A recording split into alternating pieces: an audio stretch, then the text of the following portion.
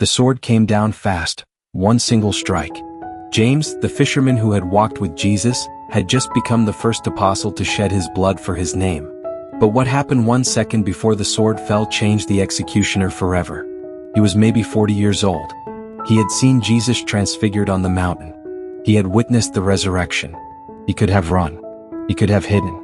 He didn't. What you're about to discover about James the Greater is so radical that it defined what it means to be an apostle. Because it's one thing to preach when it's safe. It's another to keep preaching when there's a price on your head. And it all began with a man who asked Jesus for something impossible, not knowing that the answer would be prophetic. Before we continue, a quick question. Where are you watching from? Spain? Mexico? Latin America? If you're from Spain, you may already know James in a special way. But today you're going to meet the man behind the patron saint, the fisherman who left everything, the explosive disciple, the first apostle who sealed his faith with blood. If you believe following Christ is not just about singing beautiful songs, but about being willing to lose everything, you're in the right place. Now let's go back to the Sea of Galilee, to an ordinary day that would change everything. Because what was about to happen, James never saw coming. James was born in Bethsaida, a fishing village on the Sea of Galilee. His Hebrew name was Jacob. James is the English form. He was the eldest son of Zebedee, a prosperous fisherman. He had a younger brother, John, the one who would later write the gospel. The family had hired workers. They weren't rich, but they weren't poor either. They had a stable business, a predictable future. James probably learned the trade as a child, mending nets, reading the weather, knowing where the fish were. Hard work, calloused hands, long days under the sun. He was not a calm, patient saint. Not at all.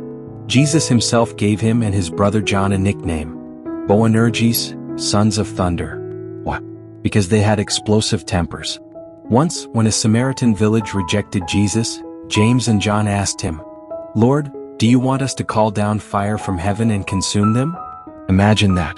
They wanted to burn an entire village alive for being rude to Jesus. Jesus had to rebuke them. "You do not know what spirit you are of." This was James, passionate, impulsive, loyal to the point of violence. Remember that. Because the man who once wanted to burn his enemies alive would one day die forgiving them. One day, while repairing nets with his father and brother, an unknown rabbi approached them. "Follow me," Jesus said. And the gospel says something astonishing. Immediately they left the boat and their father and followed him. Immediately. No second thoughts. No plan B. No safety net. What did James see in Jesus that day that made him leave everything? We don't know. But whatever he saw was enough for the next 3 years of his life. But following Jesus doesn't mean he makes you perfect overnight. James was about to learn that lesson the hard way. Of the 12 apostles, 3 formed Jesus' inner circle: Peter, James, and John. It wasn't favoritism. There were moments so sacred, so intimate, that only those 3 were present. James witnessed things the other 9 did not. Jesus took them up a high mountain, probably Mount Tabor. And there, before their eyes, he was transfigured. His face shone like the sun. His clothes became white as light. And Moses and Elijah appeared, speaking with him. James saw that. It wasn't a dream. It wasn't a vision. He saw it. Imagine the impact. Seeing that your rabbi, your teacher, is God. A synagogue leader begged Jesus to heal his dying daughter. When they arrived, she had already died. Mourners were weeping. Hope was gone. Jesus entered the room and brought only 3, Peter, James, and John. "Little girl, arise," he said. And she opened her eyes as if waking from a nap. James saw death reversed. He witnessed Jesus' power over death itself. But this was the hardest moment. The night before the crucifixion, Jesus took Peter, James, and John deeper into the garden. And there James saw something that likely haunted him for life. He saw Jesus broken, anguished, sweating blood. "My soul is overwhelmed with sorrow to the point of death," Jesus said. "Stay here and watch with me." And James fell asleep. All 3 of them fell asleep in Jesus' darkest hour. They slept. It's easy to judge him. How could you fall asleep? But how many times do we fall asleep when Jesus asks us to watch, to pray, to be present? There's more. James and John had an ambitious mother, Salome. And she asked Jesus something embarrassing. "Grant that these 2 sons of mine may sit, one at your right and one at your left, in your kingdom." They wanted thrones, places of honor. power. Jesus' answer was prophetic. Can you drink the cup I am going to drink? We can, James and John answered without thinking. And Jesus said, You will indeed drink my cup. James did not understand what he was promising. He was promising to drink the cup of martyrdom, and he would fulfill it to the letter. But before that, he would face the most devastating moment of his life. After the resurrection, everything changed. The disciples who had fled in panic, who had hidden, who had denied knowing him, suddenly were bold. What happened? Pentecost. The Holy Spirit descended like fire.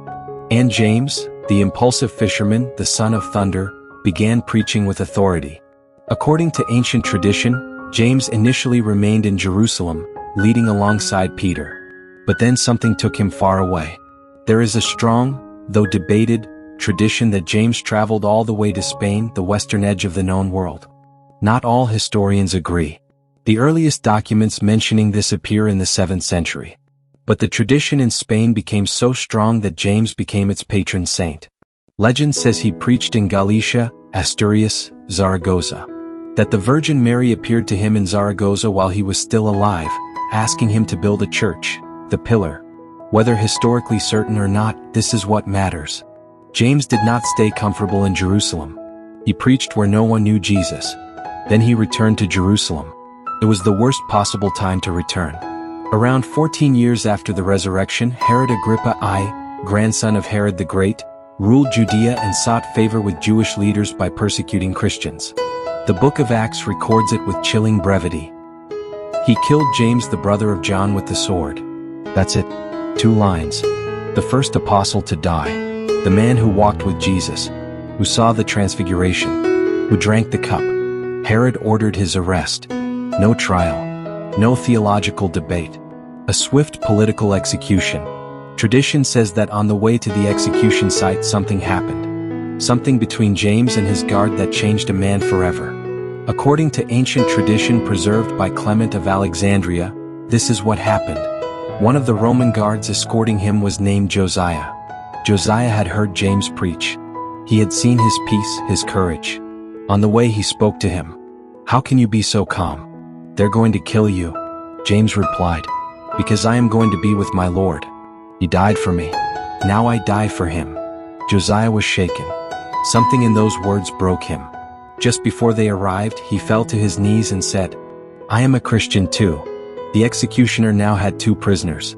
Josiah began to tremble, to weep. He was afraid. And James did something no one expected. He turned to him, looked him in the eyes and said, Peace be with you.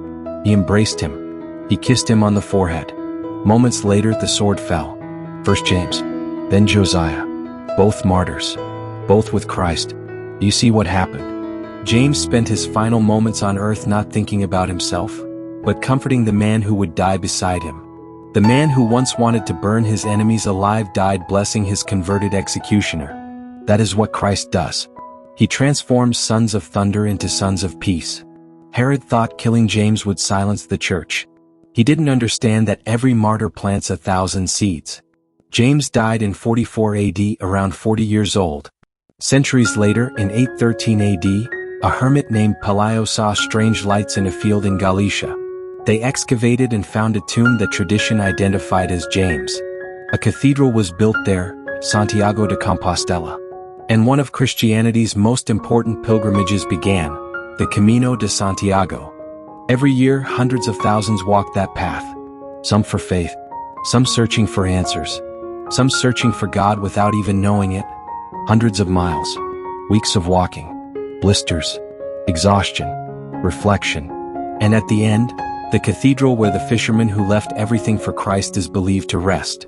The Camino is a perfect metaphor for the Christian life. It's long, it's hard, it hurts, but every step brings you closer to something sacred.